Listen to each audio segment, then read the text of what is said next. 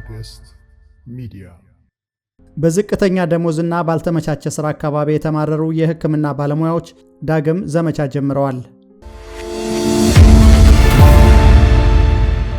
የኢትዮጵያ መከላከያ ሰራዊት ከአማራ ክልል እንዲወጣ ተጠየቀ።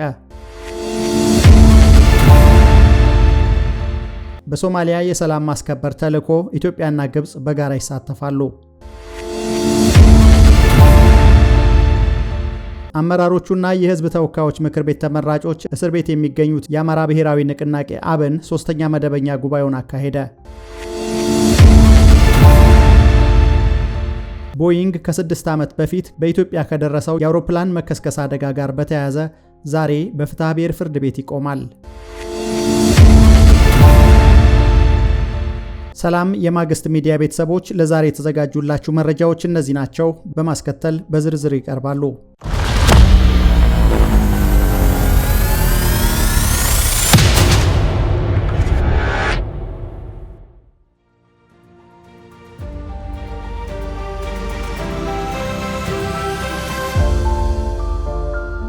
ማግስት ሚዲያ በዝቅተኛ ደሞዝና ባልተመቻቸ የሥራ አካባቢ የተማረሩ የሕክምና ባለሙያዎች ዳግም ዘመቻ ጀምረዋል።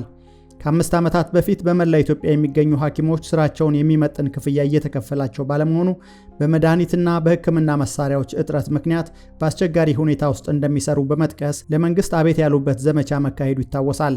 በወቅቱ የተካሄደው ዘመቻ ከጠቅላይ ሚኒስትር አብይ አህመድ ጋርም ለውይይት እንዲቀመጡ አድርጎም ነበረ። ከሰሞኑ በድጋሚ የተጀመረው የሕክምና ባለሙያዎች የማህበራዊ ሚዲያ እንቅስቃሴ ግን ችግሮቹ ተባብሰው መቀጠላቸውን ያሳየ ሆኗል።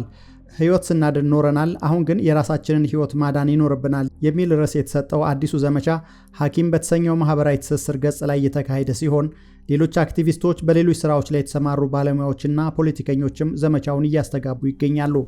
ላብነትም ፖለቲከኛ ጀዋር መሐመድ ለቤተ መንግስት ግንባታ በቢሊዮን ዶላሮች ወጪ በሚደረግበት አገር የብዙ ዜጎች ህይወት የሚታደጉ ሐኪሞች ግን በወር ከ$90 በታች እየተከፈላቸው መሆኑን አንስቷል። የሙያ ብቃት ምዘና ፈተና ለመውሰድ በጤና ጥበቃ ሚኒስቴር አላግባብ 6 ወር ጠብቁ የተባሉ 100 የአርሲ ዩኒቨርሲቲ ተመራቂ የሕክምና ተማሪዎች ያቀረቡት ቅሬታም የዘመቻው አካል ሆኖ እየተስተጋባ ይገኛል። ተመራቂ ተማሪዎቹ በኢትዮጵያ አንድ ሐኪም በሺዎች ለሚቆጠሩ ዜጎች አገልግሎት በሚሰጥበትና የባለሙያዎች እጥረት ባለበት ሁኔታ ተገቢ ባልሆነ አስተዳደራዊ ቢሮክራሲ ወደ ስራ እንዳይገቡ መደረጋቸው እንዳሳዘናቸው ገልጸዋል። መረጃዎች እንደሚያሳዩት በኢትዮጵያ አንድ ሐኪም ለ10,000 ታካሚዎች አገልግሎት ይሰጣል። የዓለም ጤና ድርጅት ዝቅተኛው የሐኪምና ታካሚ ምጣኔ ግን 1 ለ1000 ነው። በኢትዮጵያ ያለው ሁኔታም በርካታ ሐኪሞች ወደ ስደት እንዲወጡ እያስገደዳቸው እንደሆነ መረጃዎች ያሳያሉ። ባለፉት 5 ዓመታት በሚታወቅ መንገድ ብቻ 3000 ሐኪሞች ወደ ተለያዩ ሀገራት መሰደዳቸውን የኢትዮጵያ ሐኪሞች ማህበር መረጃ ያሳያል። ከሰሞኑ የተጀመረውን እንቅስቃሴ ተከትሎ እስካሁን ከመንግስት የተሰጠ ምላሽ የለም። የኢትዮጵያ መከላከያ ሰራዊት ከአማራ ክልል ወጥቶ የአገሪቱን ድንበር በመጠበቅ ላይ እንዲያተኩር ባልደራስ ለእውነተኛ ዲሞክራሲ ፓርቲ ጠየቀ።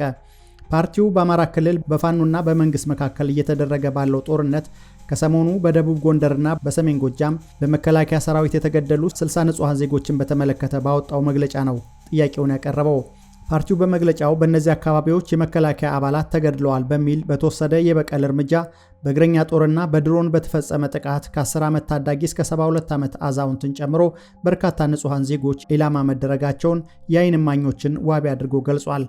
ፓርቲው የብልጽግና አገዛዝ በክልሉ በህዝብ ላይ ያደረገ ያለው ጦርነት ንጹሃንን ከመግደልና ጦረኛ ትውልድ ከመፍጠር ውጪ ምንም ትርጉም የሌለው መሆኑን በማስረዳት ሰራዊቱን ከክልሉ እንዲያስወጣ ጠይቋል። በዚህ ጦርነት የተገደሉ ንጹሃን ዜጎች ፍትህ እንዲያገኙም ሁሉም አካል ድርሻውን እንዲወጣ ባልደራስ ለእውነተኛ ዲሞክራሲ ጠይቋል። በአማራ ክልል በመንግስትና በፋኖ መካከል እየተደረገ ያለው ጦርነት 2 ዓመት ሊሞላው ጥቂት ጊዜ የቀረው ቢሆንም እስካሁን ከንግግር ባለፈ ጦርነቱን በድርድር ለመቋጨት የተግባር እርምጃ አልተወሰደም።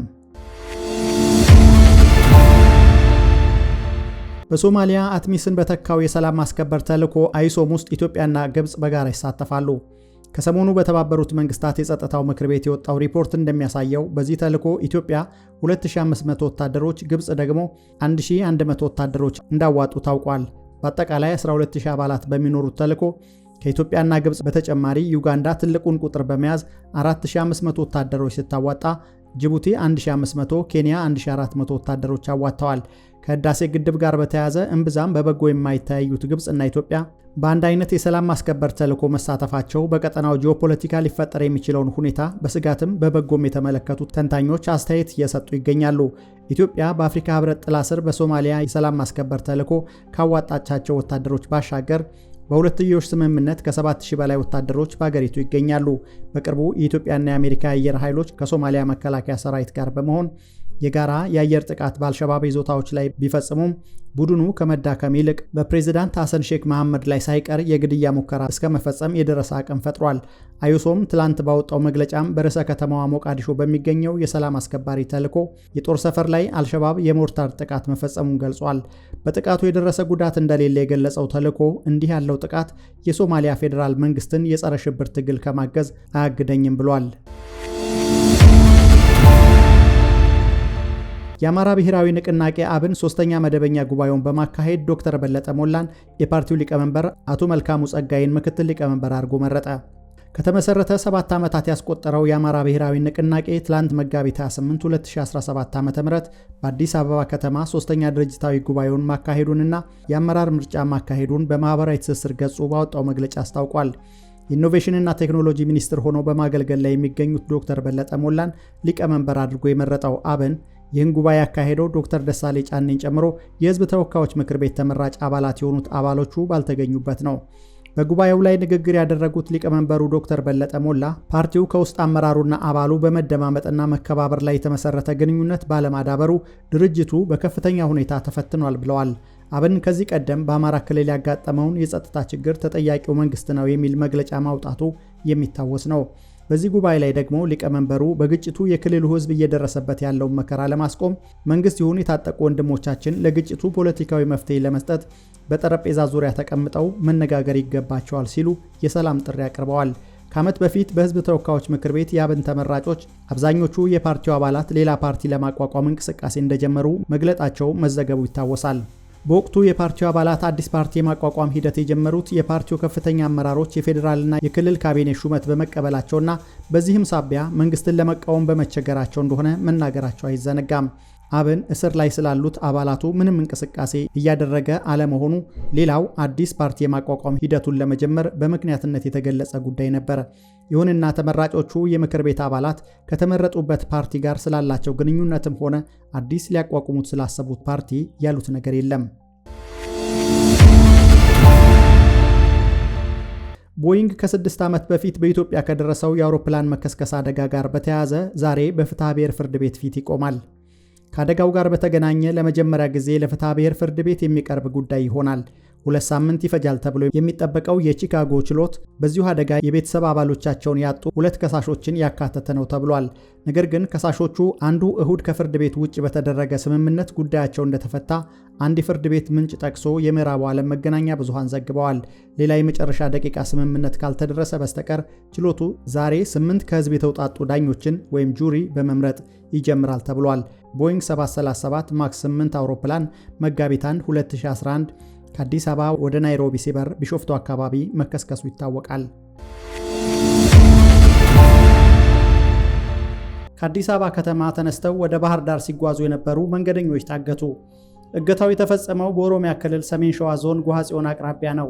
ታጣቂዎቹ የተኩስ እርምታ አውቶቡስ ላይ በመክፈታቸው የተገደሉ መንገደኞች እንዳለ የታወቀ ሲሆን የተረፉትን ይዘው ወደ ጫካ መግባታቸውን መሰረት ሚዲያ ዘግቧል። ከእገታው ያመለጡ የተወሰኑ ሰዎች አሉ። የፌዴራል ፖሊስ ደርሶ ከታጣቂዎች ጋር እየተታኮሱ ነው በማለት አንድ የአካባቢው ምንጭ ለመሰረት ሚዲያ ተናግሯል። ድርጊቱ መፈጸሙን የሾፌሮች አንደበት የተባለው ገጽ ያረጋገጠ ሲሆን ከጎሃጽዮንና ቱሉ ሚልኪ ማዕከል አንድ አውቶቡስ ሙሉ ሰው ታፍነው መወሰዳቸውንና በተተኮሰ ጥይት የተሳፋሪ ሕይወት ማለፉ ተሰምቷል።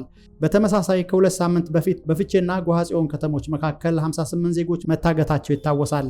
እነዚህን መንገደኞች ለመልቀቅ መንግስት ኦነግ ሸኔ ብሎ የሚጠራው የኦሮሞ ነጻነት ሰራዊት አባላት ለአንድ ታጋች እስከ 1.5 ሚሊዮን ብር እየጠየቁ እንደነበር መሰረት ሚዲያ ዘግቧል። መጋቢት 8 የተፈጸመው ይህ እገታ በመንግስት ሚዲያዎችም ሆነ በባለስልጣናት ምንም ቃል ያልተተነፈሰበት መሆኑ እጅጉ እንዳሳዘናቸው የታጋች ቤተሰቦች ገልጸው አሁን ላይ የቻሉትን ያክል ገንዘብ ለመሰብሰብ በየቤቱ እየዞሩ እየለመኑ እንዲሁም በሶሻል ሚዲያ ለህዝብ እርዳታ ጥሪ እያቀረቡ መሆኑን መጠቆማቸውን አውስቷል። የተወደዳችሁ የማግስት ሚዲያ ቤተሰቦች ለዛሬ የተዘጋጁት መረጃዎች እነዚህ ነበሩ። አብራችሁን ስለቆያችሁ እናመሰግናለን። ሰላም።